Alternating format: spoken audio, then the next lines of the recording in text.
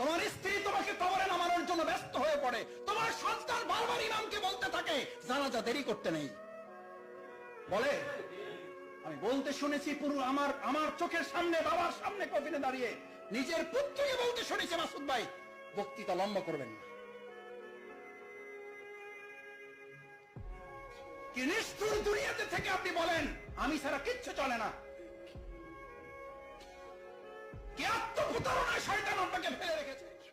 যে আল্লাহর দেওয়া সম্পদ না হলে আপনি 1 সেকেন্ড না, 1 ন্যানো সেকেন্ড না, 1 মাইক্রো সেকেন্ড চলতে পারেন না। যিনি বলেন আমার আগামী মাস কিভাবে চলবে, আর আপনার 1 সেকেন্ড কিভাবে চলবে আপনি বুঝেন না? যে কার্বন ডাই অক্সাইডটা ছেড়েছেন আর যে অক্সিজেনটা গ্রহণ করবেন, এটা যদি এখন অনুমোদন না হয়, কত টাকা বিল পরিশোধ করেছেন এই অক্সিজেনের জন্য? অনলাইনে না অ্যানালগে জমা দেন? কোন অ্যাকাউন্টে জমা দেন? এটা কোন অ্যাকাউন্টে? এত কি ভাবেন ভবিষ্যৎ? ভবিষ্যৎ কি? ভবিষ্যৎ তো অক্সিজেন। এই এখন কার্বন ডাই অক্সাইডটা ছেড়েছেন, অক্সিজেনটা আর যদি না ঢোকে এখন কি কারণ লাগবে? পৃথিবীর সমস্ত ডাক্তার একমত হয়ে গেছে হার্ট অ্যাটাক করে কোনো মারা যায় না, মারা যাওয়ার কারণে হার্ট অ্যাটাক করেছে। স্ট্রোক করে মারা যায় না, মারা যাওয়ার জন্য স্ট্রোক। আল্লাহর কাছে জিব্রাইল আমিন না আজরাইল জান কবজ করার ফেরেশতাকে বললেন আল্লাহ এমন দায়িত্ব দিয়েছে, লোকেরা তো আমার সেই পরিমাণ গালাগালি করবে যে এই লোকটার জন্য আমরা মারা যাইতেছি। আল্লাহ তাআলা বলেন তোমার কোনো অসুবিধা নেই, ব্যবস্থা করে দেবো।